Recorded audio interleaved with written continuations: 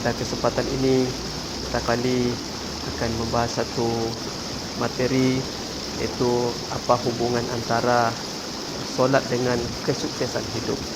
Tetapi sebelum itu, kita sebagai hamba Allah, sebagai orang Islam, sebagai warga Indonesia, kita banyak-banyak bersyukur dengan nikmat kekayaan alam yang Allah Ta'ala beri di negeri kita. Kita coba perhatikan, Masya Allah, sungai, danau, air terjun, hutan, semua. Dan janji Allah Ta'ala, kalau kita bersyukur, Allah akan tambah nikmat tersebut. Tapi kalau kita kufur, Allah akan azab kita, Allah akan susahkan kita. Dan orang-orang yang sudah terbukti mereka dulu bersyukur, berterima kasih, mentaati Allah Ta'ala dulu adalah para sahabat radhiyallahu anhum. Mereka dididik oleh Nabi SAW ketika mereka mengikuti apa yang ditunjuk ajar oleh Nabi SAW, oleh para sahabat mengikuti apa yang diarahkan, dinasihatkan oleh Nabi SAW, sehingga dalam hati mereka sempurna keimanan kepada Allah, sehingga takut mereka hanya kepada Allah, tunduk mereka hanya kepada Allah. Sehingga ketika dalam hati mereka takut hanya kepada Allah, maka Allah Ta'ala letakkan rasa takut seluruh makhluk kepada sahabat. Tetapi ketika dalam hati kita tidak ada rasa takut pada Allah, maka Allah Ta'ala akan jadikan semua makhluk ini akan menjadi sumber ketakutan kepada kita.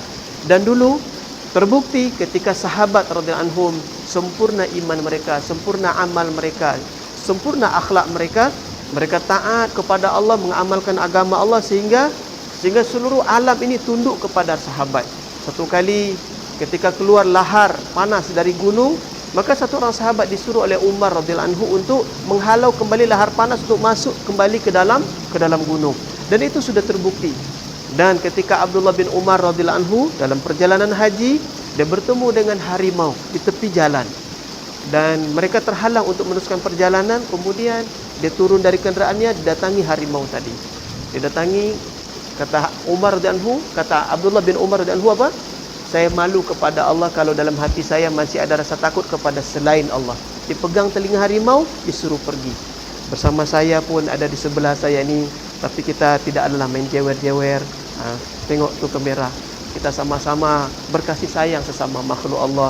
Artinya apa? Kalaulah hari ini kita coba untuk dalam hati kita bersungguh-sungguh untuk mentaati Allah, kembali kepada amal agama yang sempurna seperti mana yang dicontohkan oleh Nabi sallallahu alaihi wasallam, seperti mana dulu sahabat menjadi orang yang hebat, orang yang sukses, bisa menguasai dunia.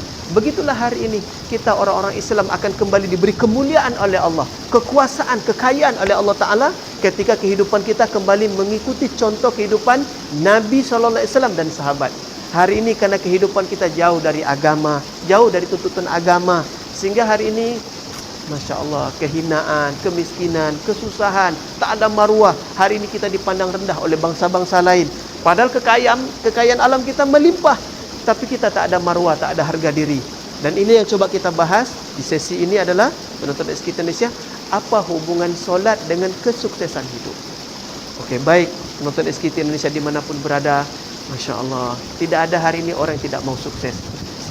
Saya mau sukses, para penonton semua mau sukses. Tidak ada kita mau gagal. Orang kota, orang desa, orang kaya, orang miskin, kulit hitam, kulit putih, semua kita mau sukses. Tetapi sekarang kita coba kaitkan antara solat dengan kesuksesan. Apa hubungannya? Solat, pertama sekali, solat diwajibkan oleh Allah kepada setiap orang yang beriman, yaitu sudah ada jadualnya. Inna solata kanat alal mu'minina kitaban mawquta. Sudah ada waktunya, sudah ada jadwalnya. Orang yang ingin sukses, dia mesti hidupnya terjadwal, terstruktur, tersistem. Tak bisa hidup suka-suka saja, bangun suka hati, buat kerja suka hati, itu tak bisa. Mesti tersusun, terjadwal. Coba kita tengok alam ini, Masya Allah, sudah tersusun, sudah terjadwal. Air mengalir tempat tinggi, tempat rendah. Pohon ada yang tinggi, ada yang sedang, ada yang rendah. Semua alam ini penuh dengan keteraturan. Ini pengajaran bagi kita.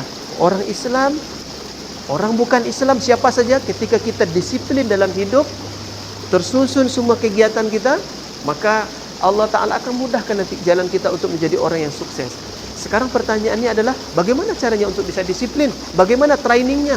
Latihannya? Latihannya dengan kita jaga solat awal waktu. Karena solat sudah terjadwal, solat awal waktu, kita pernah dengar Sahabat bertanya, kita biasa dengar hadis Nabi SAW. Sahabat bertanya kepada Nabi SAW, wahai Rasulullah, ayu amali afdal, apakah amal yang terbaik yang disukai oleh Allah Ta'ala? As-salatu ala waqtiha, solat awal waktu, kata Nabi. Sekarang training untuk kita bisa disiplin di segi waktu apabila hari ini kita bersungguh-sungguh untuk solat awal waktu. Sebelum azan kita sudah buat persiapan, kita sudah wuduk. Untuk laki-laki, kita datang ke masjid, kita berjemaah. Kemudian dengan sebab kita terbiasa solat awal waktu, terbiasa disiplin, maka ini akan memudahkan kita untuk disiplin melaksanakan, menyelesaikan semua pekerjaan kita.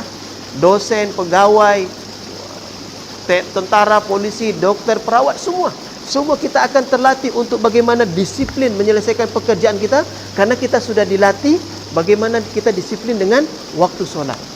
Yang kedua, penonton SKT Indonesia dimanapun berada, untuk jadi orang sukses